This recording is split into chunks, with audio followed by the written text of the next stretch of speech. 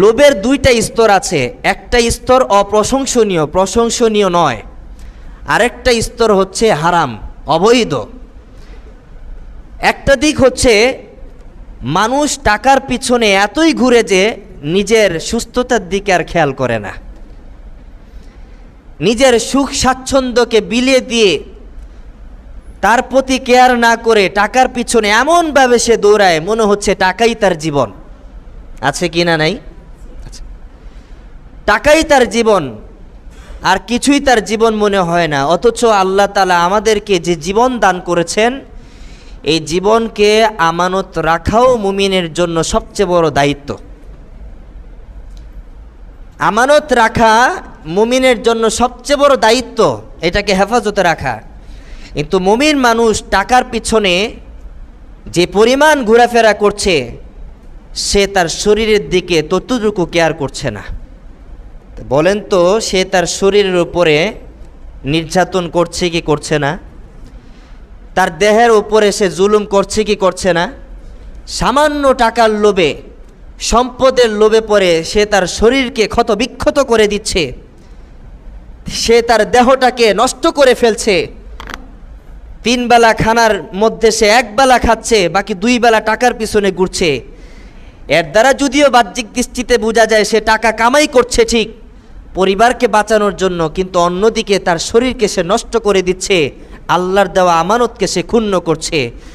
এই কাজটা অপ্রশংসনীয়, এই কাজটা অপ্রশংসনীয়, প্রশংসনীয় নয়।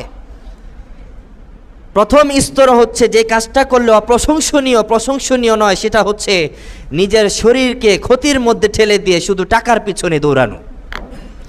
এটা আমাদের মধ্যে আছে, এটা আমাদের মধ্যে। তবে খুব কম হারাম এবং অবৈধ পন্থাটা খুব মানুষের মধ্যে আছে, সেটা হচ্ছে অন্যকে ঠকিয়ে টাকা হাতিয়ে নেওয়া। পৃথিবীতে কিছু দুর্নীতিবাজ আছে, ক্ষমতার দাপটে, অর্থবিত্তের দাপটে, সম্পদের দাপটে অন্যের সম্পদকে কবজা করে নেয়, অন্যের সম্পদকে অপকৌশলে নিজের হাতে উঠিয়ে নেয়, অন্যের সম্পদকে আরেকজনের মধ্য দিয়ে সেই সম্পদগুলো কেড়ে নেয়। এটাও এক ধরনের লোভ, এটাও এক ধরনের, কারণ তার সম্পদকে ছিনিয়ে নেওয়ার অর্থ হচ্ছে ওই সম্পদের প্রতি তার লোভ আছে। কথা বলেন ঠিক কিনা? ওই সম্পদকে হাতিয়ে নেওয়ার পিছনে কারণ হচ্ছে ওই সম্পদের পিছনে তার লোভ আছে। এখন এই লোভটা কারা করে?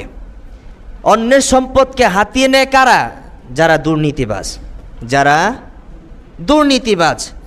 বাংলাদেশে এ পর্যন্ত আমরা এই 2-3 বছরে আমার আলোচনার মধ্য দিয়ে যে সকল মেসেজ আমি আপনাদেরকে দিয়ে গিয়েছি, এবং বাংলাদেশকে রক্ষার ক্ষেত্রে, ইসলামকে রক্ষার ক্ষেত্রে যে সকল ব্যক্তিদের বিরুদ্ধে, পক্ষে, কৌশলে অপকৌশলে যেভাবেই হোক আমি আলোচনা করেছি, তা আজকে 2022 সালে সেটাই প্রকাশ পাচ্ছে। বাংলাদেশের ভূখণ্ড থেকে ইঞ্চি ইঞ্চি মাটি আমরা অন্য দেশে পাচার করছি। কথা বলেন ঠিক কিনা? আমাদের এই দেশের খনিজ পদার্থ, টাকা পয়সা সব কিছু বাহিরে আমরা দিয়ে দিচ্ছি। কিন্তু এটা তো 1971 থেকে বাংলাদেশ হয়েছে, এর আগেও তো এটা কোনো না কোনো দেশে রূপান্তরিত ছিল, কোনো না কোনো দেশে এটা পরিচিতি ছিল। কথা বলেন ঠিক কিনা?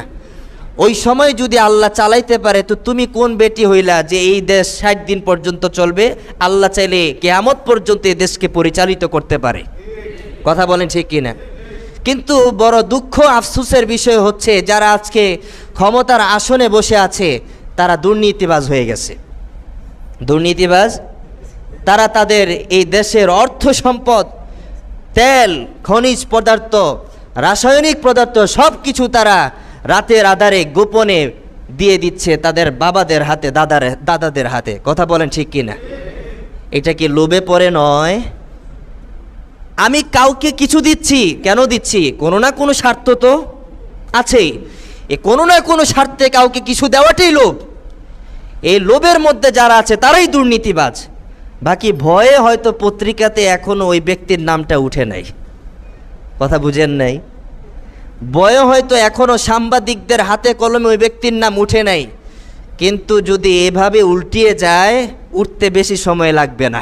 কথা বলেন ঠিক কি না? কারণ এটা সমাজের নিয়ম, দেশের নিয়ম। পোল্ট্রি খাইলেই তার বিরুদ্ধে অ্যাকশন হয়ে। আন্তর্জাতিক শাহজালাল বিমানবন্দরটা কি শাহজালাল নামেই ছিল? কথা বলেন না কেন? কেউ হয়তো জানে না ইতিহাস। উত্তরাতে যে আন্তর্জাতিক শাহজালাল বিমানবন্দর, তা কি শাহজালাল নামেই ছিল না ভিন্ন একটা নামে ছিল? পরিবর্তন হয়েছে, নামটাও পরিবর্তন। এরকম এটাও পরিবর্তন হবে, সেটাও কাটছাট হয়ে যেতে সময় নিবে না। কথা বলেন ঠিক কিনা? তবে এই কথা থেকে এটাই প্রতীয়মান হয়, পৃথিবীতে যত দুর্নীতিবাজ আছে, পৃথিবীতে যত জুলুমবাজ আছে, তারা কেউ চিরকাল টিকে থাকতে পারবে না। আল্লাহর দিন এবং ইসলামে পৃথিবীতে টিকে থাকবে। এটাই হলো বাস্তব কথা।